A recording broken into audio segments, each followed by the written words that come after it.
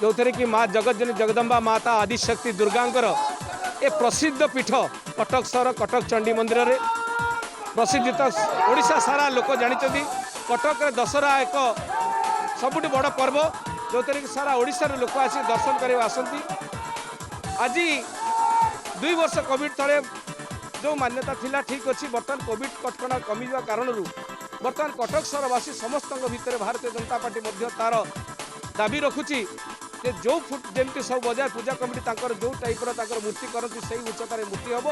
किंतु एबे वैक्सीन 90% लोक नहीं सारे जोटा कि सरकार भी मानि गाइडलाइन को चेंज भी कर इलेक्शन परमिशन मिलला भोजी भात कि परमिशन मिलूँ बाघर परमिशन मिलूँ बरजात्रे 50 लोक परमिशन मिलूँ आम से भी किसी चाहूनु खाली माँ मूर्ति जी थिला सेतिकी थाऊ आउ जेमती पूजा पाऊले माँ सेतिकी।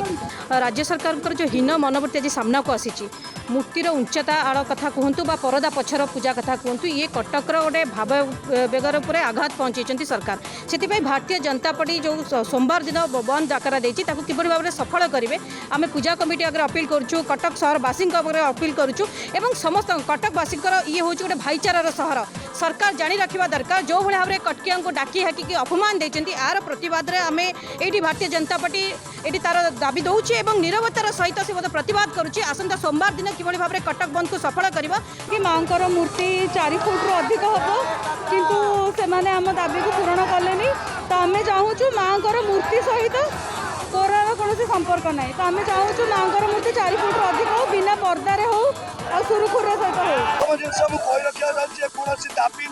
ये कटकिया माटीर कटक मार अस्तित्व और स्वाभिमान लड़े स्वर जो उठी गवर्नमेंट दबाई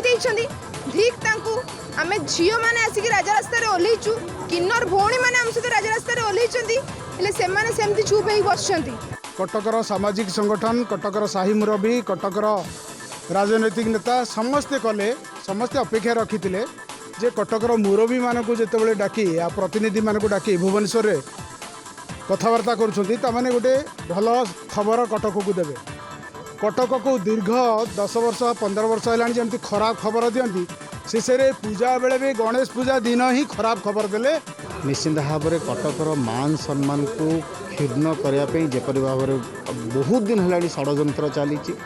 से षड्यंत्र को कटकवासी केबे भी बर्दाश्त करेंगे ना 4 फुटिया मूर्ति बांगेरा मूर्ति करके कटकर इज्जत को तले पकाइवाई जो चेष्टा कर कटकवासी